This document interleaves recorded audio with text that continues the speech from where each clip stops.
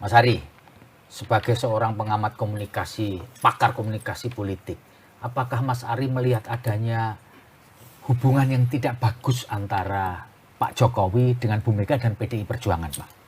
Pertama, saya melihat relasi itu dalam posisi yang tidak membenarkan. Karena saya menjadi saksi, karena saya menjadi pembicara di Rakernas PDI Perjuangan keempat tanggal 29 September hingga 1 Oktober. Pak Jokowi hadir, bahkan memberikan kode kepada capres yang diusung oleh PDI Perjuangan, Pak Ganjar Pranowo. Kalau hari ini dilantik, besok segera melakukan eksekusi program pangan. Artinya Pak Jokowi kan sudah mengendorse, gitu ya. Ketika turun panggung, Bu Mega itu secara jelas meminta tuntunan tangan dari Pak Ganjar dan Pak Jokowi. Hubungannya mesra, ketawa-ketawa. Jadi publik tidak melihat. Oleh karena itu, dari sekian perubahan hari, bahkan menit gitu ya, ternyata ada perubahan, ada konstelasi yang berubah. Menurut saya Bu Mega adalah orang yang demikian jasanya luar biasa. Karena saya mengikuti dari awal gitu ya, tahun 2005 mendukung Pak Jokowi sebagai calon wali kota Solo di saat tidak ada partai politik yang mendukung beliau. Gitu ya, Pak ya? Ya, tidak ada pada waktu itu. Karena partai politik pada waktu itu dengan kacamata mahar gitu ya. Sementara PDIP tidak pernah melakukan mahar. Yang menjadi jaminan Bu Mega adalah FX Rudi Hadiatmo, Ketua DPC PDIP Solo, bahwa dia mau maju kalau berpasangan dengan seorang pengusaha mebel yang bernama Joko Widodo. Oke, itu Bu Mega memberikan restu, memberikan rekomendasi. 2 kali Pilwali Solo menang. Bu Mega menarik Pak Jokowi ke Jakarta. Saya terlibat di dalamnya, jadi saya paham betul gitu ya. Pak Taufik Kemas, mendiang Taufik Kemas, suami Ibu Mega, tidak pernah setuju bahwa Pak Jokowi ini direkomendasikan menjadi wali kota gubernur DKI.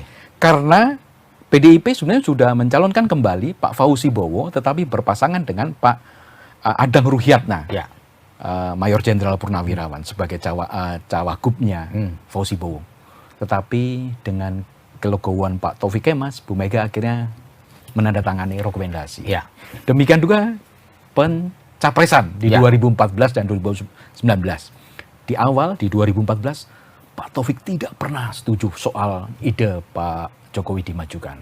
Saya nggak tahu apakah Pak Taufik Kemas mempunyai feeling politik yang tajam gitu ya. Sementara Bu Mega itu dengan menganggap Pak Jokowi ini lebih dari seorang anak. Demikian juga saya masih ingat 2019 Pak Jokowi mengatakan tidak ada satupun anak-anak saya yang berminat di politik. Mereka tertariknya bidang bisnis. 2019 pertengahan April gitu. Ternyata di selang setahun berikutnya lagi Gibran ingin maju sebagai wali kota Solo dan PDIP mengorbankan 2 kader terbaik, kader lama. Ada Pak Teguh, saya masih Teguh, itu dipersiapkan sebetulnya wali kota Solo, itu gagal juga. Pada waktu yang bersamaan, menantunya Bobi Nasution juga melenggang di Pilwali Medan, dan itu mengorbankan kader PDIP yang lama, Akhyar Salam, Akhyar. Nah, Akhyar ini juga rela menyerahkan kepada Bobi Nasution. Jadi menurut saya sudah berkali-kali, bahkan 7 kali keistimewaan diberikan Bu Mega untuk keluarga Pak Jokowi. Menurut saya hubungannya sampai saat ini gitu ya. Bu Mega masih menganggap sebagai anak, sebagai cucu, walaupun anak dan cucunya mungkin nakal gitu ya, bandel gitu ya. Menurut saya tidak ada masalah. Tidak ada masalah ya. Justru kalau saya melihat tidak ada itikat bagi Gibran gitu ya untuk datang gitu ya. Kalau sebagai cucu mungkin anytime dia bisa hadir.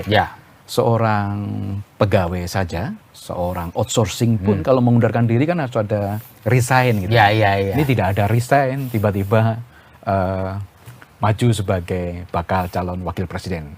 Jadi menurut saya, sepengetahuan Mas Ari, Mas Gibran nggak pernah mengajukan resign ya? Belum pernah? Sepengetahuan saya tidak pernah